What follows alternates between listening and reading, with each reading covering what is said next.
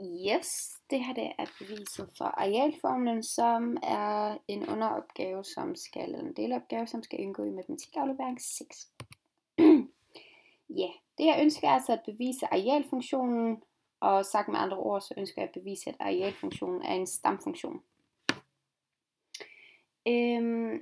Så det vi gør er altså at vise, at arealfunktionen her differentieret giver lille f og x. Og det er så også det, som er definitionen på en damfunktion. Som vi kan se faktisk lige her. Det her udtryk her, og det her udtryk her er sådan set en og samme ting. Vi tager udgangspunkt i en funktion f og x, som ikke er negativ, og kontinuerer på et lukket interval fra a til b. Og så, det har jeg så skrevet her. Og så det vi egentlig gør, som er lidt tricky, det er, at vi har indført sådan 2 snyderegler, som skal ligesom være med til at hjælpe til, at beviset ligesom ikke bliver for langt eller for teknisk. Og som sagt, så som jeg tidligere nævnte, så kigger vi på f og x, når den er voksenintervallet mellem a og b. Og så kigger vi, den er så negativ og kontinuer, voksne. Og den anden ting vi så ligesom indfører er, at delta x, der kigger vi kun på positive værdier af delta x. Og det vil jeg så komme ind på senere, hvorfor det er smart. Yes. Det vi så kigger her på, det er, at vi har en funktion f og x, som er tegnet blå, som er inden for et lukket interval mellem a og b. Og den er så voksende på hele intervallet. Det vi så gør som følger er sådan set, at vi afsætter et punkt. Det her punkt kalder vi så x0, som vi afsætter her på x-aksen. Og når vi så går op fra x-aksen og op til grafen, og så aflæser over på y-aksen, så har vi tilsvarende en funktionsværdi, som hedder f og x0. Men det vi så sådan set skal have ind nu her, det er så, at vi skal have udtrykket delta x ind, det vi har her. Og måden hvorpå vi gør det, det er så ved at indsætte endnu et punkt, som vi indsætter her, som hedder delta, eller x0 plus delta x. Og det afstanden mellem de her to er så delta x, altså en forskel i x. Det kunne jeg så af en eller anden grund ikke få sat ind, jeg ved ikke hvorfor. Men nu forestiller vi os sådan det fiktive delta x lige her. Nå, men med det her nye punkt, som vi har afsat på x-aksen, så kan vi tilsvarende gå op og møde grafen, og så aflæse over funktionsværdien på y-aksen, som er f x0 plus delta x. Yes. Nu skal vi så have arealfunktionen ind i spil.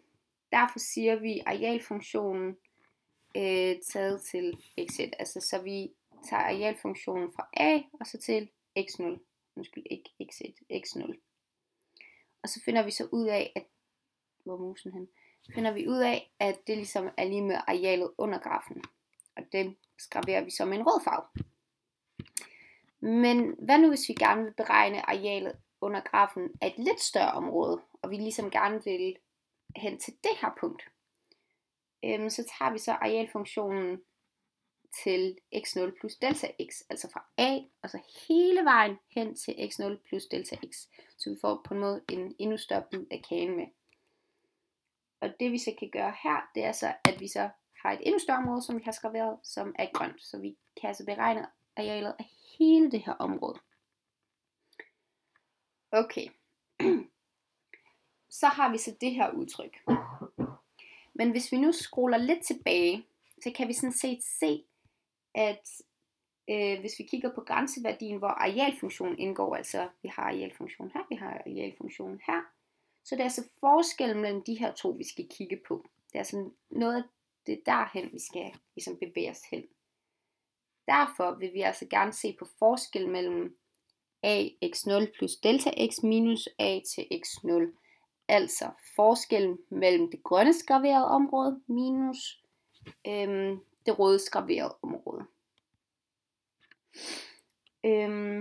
Og så det område, vi så står tilbage med, hvis vi tager differencen mellem de her to, er så delta x, som jeg har skraveret lige her. Den næste sådan trick i det her, den fantastiske idé, vi kommer frem til, som beviser ofte bygger på, er, at vi simpelthen skal finde to rektangler. Det ene rektangel skal give et areal, som er mindre end det her blå, end delta x. Det har vi tegnet her. Og som vi kan se, så er funktionen voksende her, og vi har altså et hulrum her, hvor vi ligesom kan se, at der mangler noget. Så arealet må derfor være mindre. Og måden, hvorpå man beregner arealet af et rektangel, er ved at sige længden gange bredden. Bredden er i det her tilfælde delta x, som ikke står her, men som er der fiktivt. Og længden må så være f af x0, den her side her. Godt. Så har vi så det her udtryk. Det næste vi så skal finde, er at vi laver et rektangel, som er endnu større. Og vi kan se her, den overstiger lidt den her f af x graf, vi har her. Så det må altså være større. Vi har altså tilføjet en ekstra del. Og måden vi igen beregner rektangler på, er længden gange bredden, eller bredden gange længden. Bredden er i det her tilfælde igen delta x, og lige hernede. Og længden er f af x0 plus delta x. Godt. Så det vi altså har lige nu her, det er, at det lille rektangel er mindre end delta x, som er mindre end det. Altså, vi har et lille rektangel, som er mindre end det her, og så har vi et større rektangel, som er større. Og vi kan ligesom opskrive det her i et funktions- eller et udtryk, som vi skriver her. Vi har et lille rektangel, som er større, altså som er mindre end delta x, som er det her udtryk, og som er mindre end det store rektangel, som vi har opskrevet her. Det her det er altså arealet af det røde område, og arealet af det grønne område, og det her det er så arealet af delta x. Godt så. Det vi så lægger mærke til nu her, det er, at vi sådan set har delta x på begge sider af de her ulighedstegn. Vi har en ulighed her, og ulighedstegnet har vi lige der. Vi har altså delta x på begge sider af ulighedstegnene, men vi har det ikke herinde. Så det vi sådan set kan gøre, det er, at vi kan dividere med delta x på begge, eller gennem hele udtrykket, så vi på den måde ligesom kan reducere det og eliminere det, så vi får et udtryk, som minder om det, vi ligesom skal finde frem til. Det har vi så gjort lige her. Vi har altså elimineret delta x her og delta x her. Godt så. Og det der så egentlig, og nu kan jeg så forklare, hvorfor det er, at det har været smart, at vi har valgt, at delta x kun skal have positive værdier, fordi vi har at gøre med en ulighed. Vi har at gøre med en ulighed.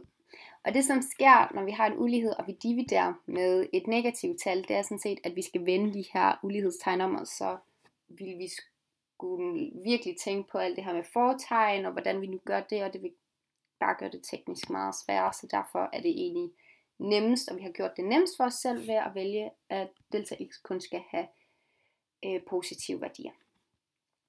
Godt så. Men tilbage til lige det her udtryk, vi har lige her. Så det vi nu gør, det er, at vi sådan set tager grænseværdien. Altså hvad sker der, når delta x går mod 0?